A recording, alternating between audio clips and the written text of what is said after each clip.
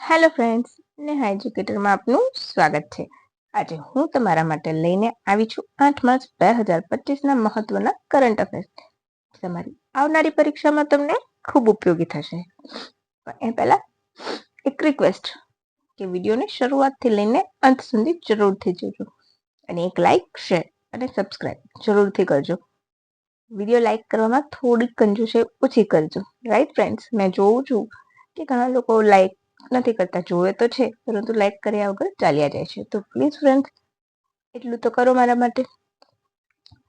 આજનો પ્રથમ પ્રશ્ન આપણો સાયન્સ એન્ડ ટેક વિભાગમાંથી જ છે. જીપીએસસી નો સિલેબસ જે તમે જોયો છે કે હવે તેમાં સ્કીપ કરવાનું નહીં બને, રાઈટ? કારણ કે જે 400 માર્ક્સનું સિલેબસ હતું એ 200 માર્ક્સમાં સીમિત થઈ ગયો છે, હે ને?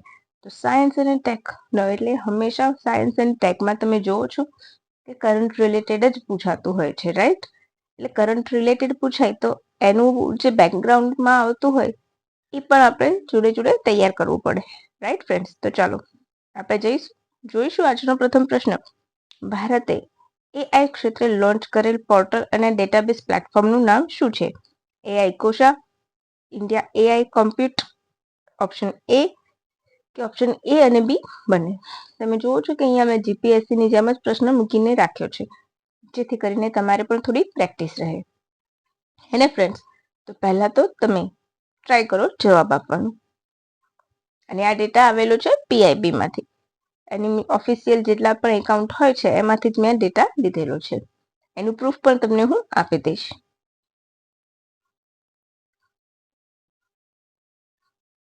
ચાલો, તો અહીં આપણો જવાબ આવશે ઓપ્શન ડી, એ અને બી બંને. નીચે મેં ફરીથી રિપીટ કરીને ડાર્ક કરીને લખેલું છે, રાઈટ? એ અને બી બંને. ચલો આપણે થોડુંક ડિટેલ જોઈ લઈશું. એનાથી શું ફાયદો થશે આપણને? આ પોર્ટલમાં 10,000 જીપીયુ શક્તિ છે, જે ભારતીય સ્ટાર્ટઅપ, રિસર્ચર અને એજ્યુકેટ સેક્ટરને સસ્તી અને હાઈ સ્પીડ સેવા અને એઆઈ કોમ્પ્યુટિંગ પાવર આપશે, રાઈટ? મોંઘા વિદેશી સર્વર વગર, અત્યારે જે મોંઘા વિદેશી સર્વર હોય છે વિદેશથી આપણે લઈએ છીએ તો એ ખૂબ મોંઘા મળે છે, રાઈટ? અફોર્ડેબલ નથી હોતા, છતાં પણ આપણે યુઝ કરીએ છીએ. તો આપણા મેક ઇન ઇન્ડિયા, બરાબર, એની હેઠળ જ આ બનેલું છે. એ સર્વર વગર પણ ભારતમાં LLMS, હવે તમે જોઈ શકો છો ને કે લગભગ મેં 2 દિવસ પહેલાના વિડીયોમાં જ તમને આ કરાવ્યું છે કે મોદીજીએ LLMS વિશે વાત કરી હતી. તો large language models, right? Machine learning, data science અને ડીપ લર્નિંગ પ્રોજેક્ટ તૈયાર અને ઓપરેટ થઈ શકશે, રાઈટ? તો આ બધા સર્વર વગર પણ ભારત આ જ મદદ લઈને એક સરસ મજાના પ્રોજેક્ટ તૈયાર કરી શકશે. અને તમને ખબર છે ચીનનું જે ડીપસેક છે એનાથી પણ વધારે પાવરફુલ હોવાનું કહેવાય છે, રાઈટ? ડીપસેક કરતા પણ પાવરફુલ છે. તો તમારે બધાના એક વખત જોઈ લેવાના કયા દેશના કયા પોર્ટલ છે એઆઈ વાળા, રાઈટ? અને લોન્ચિંગ તો આઈટી મિનિસ્ટર અશ્વિની વૈષ્ણવ દ્વારા કરવી હતી વાત, બરાબર? ક્લિયર થઈ ગયું? હવે જુઓ, અહીંયા તમને પ્રૂફ આપી દો. India compute portal, right? empowering AI breakthrough with accessible and affordable GPU computing, right?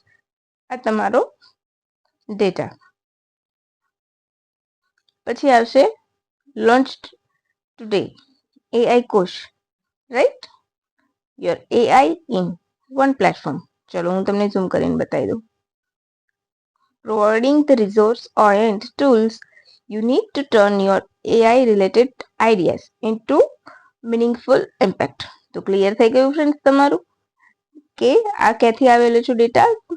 Any official site છે, તમને દેખાય છે, રાઈટ? તો હંમેશા ઓફિશિયલ સાઇટને ફોલો કરો, જેથી કરીને આપણા ક્વેશ્ચન રોંગ હોવાની શક્યતાઓ ઓછી થઈ જાય.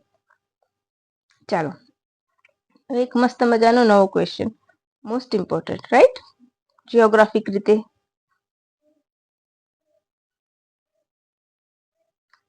શું છે આપણો ક્વેશ્ચન? તો AWAI Indian waterways authority of India, right? Indian waterways authority of ઇન્ડિયાએ નદી ક્રુઝ પર્યટનને વધારવા કયા રાજ્ય સાથે કરાર કર્યા છે?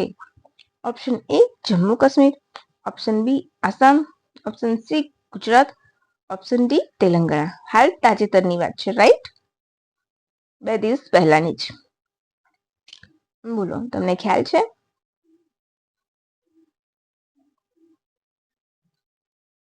તો અહીં આપણો જવાબ આવશે જમ્મુ અને કાશ્મીર. Option A. શું આવશે આપણો જવાબ? જમ્મુ અને કાશ્મીર સાથે કરાર કર્યા છે. રાઈટ? કોની સાથે કર્યા છે કરાર? જમ્મુ અને કાશ્મીર. રાઈટ? અત્યારે ત્યાં સીએમ કોણ છે? નવા સીએમ કોણ છે અત્યારના? તમારે મને એ કહેવાનું છે. રાઈટ? કયો આર્ટિકલ હટ્યો હતો ત્યાં? 370. એ હટ્યા બાદના સીએમ. રાઈટ? એ તમારે મને કહેવાનું છે. તો અહીં આપણો જવાબ આવશે જમ્મુ અને કાશ્મીર. કેન્દ્રીય મંત્રી પોર્ટ શિપિંગ મંત્રાલય, બરાબર, સર્બાનંદ સોનોવાલ, એમની ઉપસ્થિતિમાં એક શાંતિ શિબિર હતી. એમાં ચિંતન શિબિર હતી. રાઈટ? શાંતિ નહીં, પણ ચિંતન શિબિરમાં આ કરાર શ્રીનગર ખાતે કરવામાં આવ્યા હતા. રાઈટ? ચિંતન શિબિર ખાતે વખતે. તો આ નદી ક્રુઝનો મેઇન પર્પઝ શું છે? મેઇન હેતુ શું છે? તો રોજગાર વધારવી, આર્થિક વિકાસને વેગ આપવો અને ક્રુઝ પર્યટન વધારવું. રાઈટ? એના હેતુ સાથે કરવામાં આવે છે. અને ત્યાંની 3 રાષ્ટ્રીય જળમાર્ગ માટે આ કરાર કરવામાં આવે છે. રાઈટ? કે તેના માટે, તો તેના રાષ્ટ્રીય જળમાર્ગને વિકસિત કરવા માટે. રાઈટ? અને એની ઉપર જ આ ચાલશે. મેઇન મોટી જે નદી હોય છે, જેમ કે તમને ખ્યાલ હોય તો ગંગા ટુ બ્રહ્મપુત્ર ઉપર પ્રથમ cruise missile, river cruise missile launch થયેલું છે અને ચાલેલું છે. એનું નામ શું હતું? ગંગા એમવી વિલાસ. રાઈટ? એ યાદ રાખજો તમે. પાછળ મેં લીધેલું જ છે. અચ્છા, અત્યારે હાલમાં કેટલા જળમાર્ગ છે જે IWAIA લોન્ચ અધિકૃત કરેલા છે? તો 111 છે. રાઈટ? એમાં 106 નવા છે. પહેલાના જે 6 હતા એ જૂના હતા અને ત્યારબાદ 106 નવા લોન્ચ કરેલા છે. એટલે તમને કદાચ એક્ઝામમાં પૂછે કે પહેલેથી 111 હતા, તો ના, પહેલેથી 111 ન હતા. 106 નવા લોન્ચ કરેલા છે, નવા જાહેર કર્યા છે. રાઈટ? પહેલા 6 જ હતા. રાઈટ? જે આપણે મોઢે કરતા હતા. તો પહેલા પહેલા 5-6 હતા અને પછી નવા 106 એડ કરવામાં આવે. એટલે ટોટલ જળમાર્ગની સંખ્યા કેટલી થઈ ગઈ? તો 111. અચ્છા, તો જમ્મુ કાશ્મીરમાં કઈ 3 નદીઓ ઉપર ચાલશે? તો રાવી, ચિનાબ અને ઝેલમ. યાદ રાખજો, રાવી, ચિનાબ અને ઝેલમ. National waterway. રાવીને 84 કહેવાય છે, ચિનાબને NW એટલે કે નેશનલ વોટરવે 26 અને ઝેલમ નેશનલ વોટરવેઝ 49 ત્યાં શરૂ થશે. તેમજ 10 જેટીઓ બનશે. હવે ક્રુઝ હોય તો એને પાર્ક થવા માટે, એને આવવા જવા માટે જેટી જોઈએ. તો 3 જગ્યાએ થઈને 10 જેટી બનશે. બરાબર? જેમાં ચિનાબ ખાતમાં આખુર અને રિયાસી ખાતે, ઝેલમમાં પંથા ચોકી, ઝીરો બ્રિજ, સોહર વગેરે. તમારે ડિટેલ જેટીઓ યાદ રાખવાની જરૂર નથી. તમારે 10 જેટી યાદ રાખશો ને, 10 જેટી છે એટલું બહુ છે. રાઈટ? તમારે કેટલું યાદ રાખવાનું છે? કે 10 જેટી બનશે. રાઈટ? હવે આપણે જો મેં તમને કહ્યું વિશ્વનું સૌથી લાંબુ cruise mission, river cruise mission MV Ganga Vilas, એ સફળ થયું હતું. એ પછી જ આ પ્રોજેક્ટને આગળ વધારવામાં આવ્યો હતો. રાઈટ? તો એ કયા 2 જિલ્લા વચ્ચે, કયા 2 રાજ્યો વચ્ચે હતું? તો ગંગા અને બ્રહ્મપુત્ર નદી વચ્ચે હતું. બરાબર છે? તો ઉત્તર પ્રદેશના વારાણસીથી નીકળ્યું હતું અને આસામના દિબ્રુગઢ સુધી પહોંચ્યું. બરાબર? લગભગ 3200 કિલોમીટરની યાત્રા 50 કે 51 દિવસમાં પૂરી કરી હતી. ઘણી જગ્યાએ 51 આપ્યું છે, પરંતુ મેં PIB જે ફોલો કર્યું છે એમાં 50 દિવસ આપ્યા છે. રાઈટ? એને વડાપ્રધાન દ્વારા 13મી જાન્યુઆરીએ 2023માં ગ્રીન સિગ્નલ આપ્યું હતું. કોને? તો MV ગંગા વિલાસને. રાઈટ? અને એ પહોંચ્યું હતું 50 દિવસ બાદ. ક્યાં? તો દિબ્રુગઢ. રાઈટ? એ સુંદરવનનું ડેલ્ટા, બાંગ્લાદેશ, ઢાકાની નદીને પણ આવરી લે છે. રાઈટ? હવે પૂરું નામ તો તમને કહી દીધું મેં, Indian waterways authority of India. Right? એની સ્થાપના થઈ હતી 1986માં. ભારત સરકારના નૌ પરિવહન મંત્રાલય હેઠળ આવતી કેવી સંસ્થા છે? વૈધાનિક સંસ્થા છે. રાઈટ? ક્લિયર? કદાચ તમને પૂછી લે વચ્ચે એકાદું કે વૈધાનિક સંસ્થા છે. રાઈટ? તો તમારું એ જવાબ ક્લિયર થઈ જશે. હવે નેક્સ્ટ ક્વેશ્ચન તરફ આગળ વધી જઈશું. ગાંધીનગર પોલીસ માટે ભારતનું પ્રથમ સ્માર્ટ સિટી પોલીસ પ્રોજેક્ટ કોના દ્વારા તૈયાર કરવામાં આવ્યું છે? બોલો, તમને ખ્યાલ હોય તો તમે મને કહી શકો છો. વિચારો.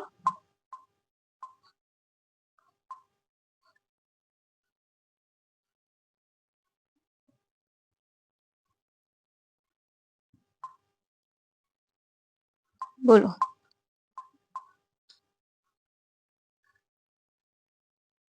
તો અહીં આપણો જવાબ આવશે રક્ષા શક્તિ યુનિવર્સિટી. શું આવશે? રક્ષા શક્તિ યુનિવર્સિટી. આ પ્રોજેક્ટથી શું ફાયદો થશે? બોલો, પ્રોજેક્ટથી ફાયદો શું થશે?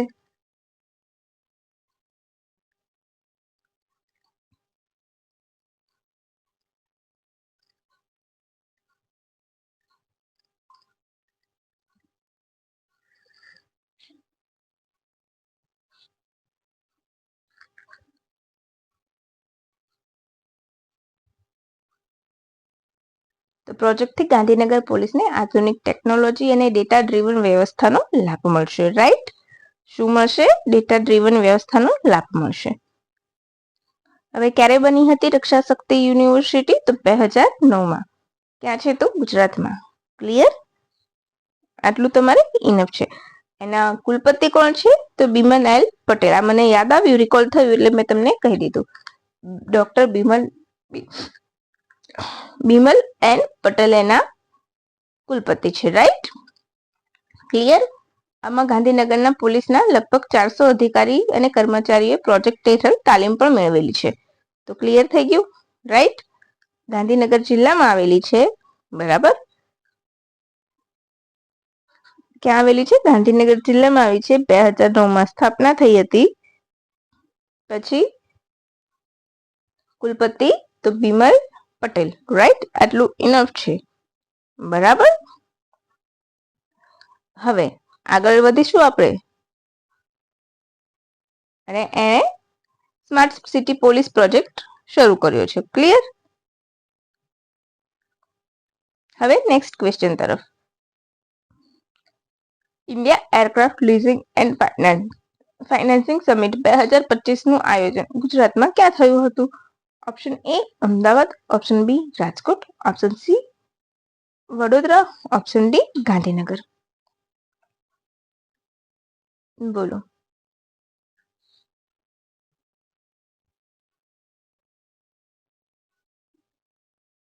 બોલો બોલો.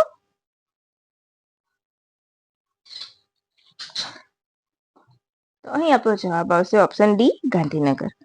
શું આવશે આપણો ઓપ્શન? ઓપ્શન ડી ગાંધીનગર આપણો જવાબ રહેશે. ગાંધીનગર ખાતે India aircraft leasing and financing સમિટનું આયોજન ગાંધીનગરમાં થયું હતું. આયોજન કોના દ્વારા થયું હતું?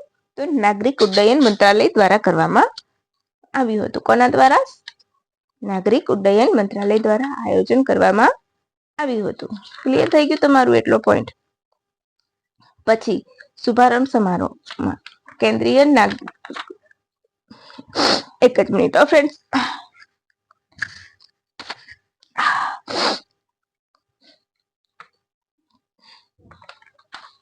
હવે આપણે આગળ વધીશું. નાગરિક ઉડ્ડયન મંત્રાલય દ્વારા આયોજન કરવામાં આવ્યું હતું. તો તમારે મને કમેન્ટ કરવાની છે કે કોણ મંત્રી છે નાગરિક ઉડ્ડયન મંત્રાલયના. રાઈટ? શુભારંભ સમારોહમાં કેન્દ્રીય નાગરિક ઉડ્ડયન મંત્રી શ્રી કિજ્જારાપુ રામમોહન નાયડુ તેમજ એવિએશન સેક્ટર સાથે સંકળાયેલ દેશ વિદેશના અગ્રણીઓએ અહીંયા ભાગ લીધો હતો.